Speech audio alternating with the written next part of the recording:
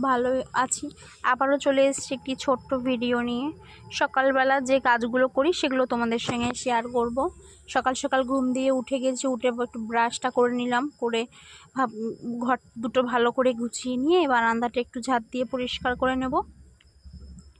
পরিষ্কার করে নিয়ে উঠানটাও ঝাঁট দিয়ে নিলাম। আগের দিন রাতে বৃষ্টি হয়েছিল খুব, তাই উঠানটা খুব নোংরা হয়ে গেছে, তাই ভালো করে ঝাঁট দিয়ে নিয়ে এবার রাস্তাগুলো সব কিছু ভালো করে ঝাঁট দিয়ে নেব।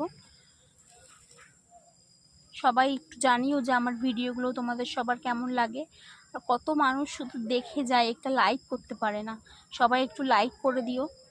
তোমরাও দাঁড়িয়েছো, আমরাও একটু দাঁড়াতে চাই নিজের পায়ে, তাই একটু আমার পাশে থেকেও সবাই। ছোট্ট বোনের মতো আমাকে একটু ভালোবাসা দিও আমাকে সবাই।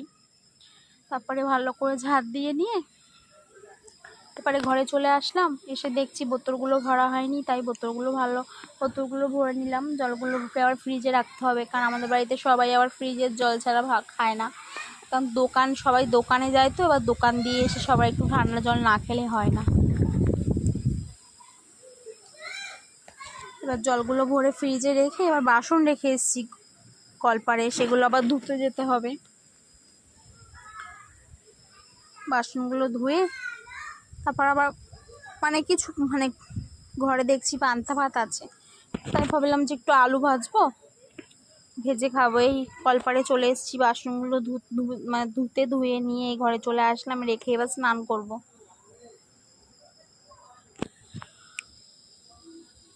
এখন স্নান করা হয়ে গেছে, উপরে পুজো দিচ্ছিলাম, তারপর নিচে চলে আসলাম। উপরেরটা শেয়ার করতে পারিনি, নিচেরটা করলাম। তুলসী মঞ্চ, একটা তুলসী গাছ লাগিয়েছি আমি গেটের মুখে, লাগানো খুব শুভ, তোমরাও লাগিও। ঘরের সামনে একটা তুলসী গাছ লাগিয়ে নিয়ে চলে গেলাম আলু ভাজতে। বেশি করেই ভাজবো, কারণ আমার বর আবার এসে খাবে, তাই বেশি করেই ভাজলাম। ওটাকে ভালো করে ঝিরিঝিরি করে কেটে নিলাম, নিয়ে তারপর আলুটা ভাজবো। কড়াইতে তেল দিই, একটু বেশি করে তেল দিই। গাছ থেকে লঙ্কা হয়েছিল, লঙ্কা দেখছি নেই, গাছ থেকে আবার লঙ্কা পেড়ে নিয়ে আসলাম।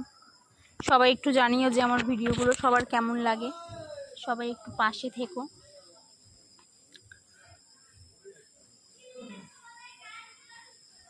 এই আলুটা দিয়ে দিয়েছি, আলুটা দিয়ে একটু ঢেকে রেখেছি। ঢেকে রাখার পরে উঠিয়ে দেখছি অল্প সেদ্ধ হয়েছে। হ্যাঁ, হয়ে গেছে। এবার এই পান্তা ভাত কেমন লাগলো সবাই জানিও।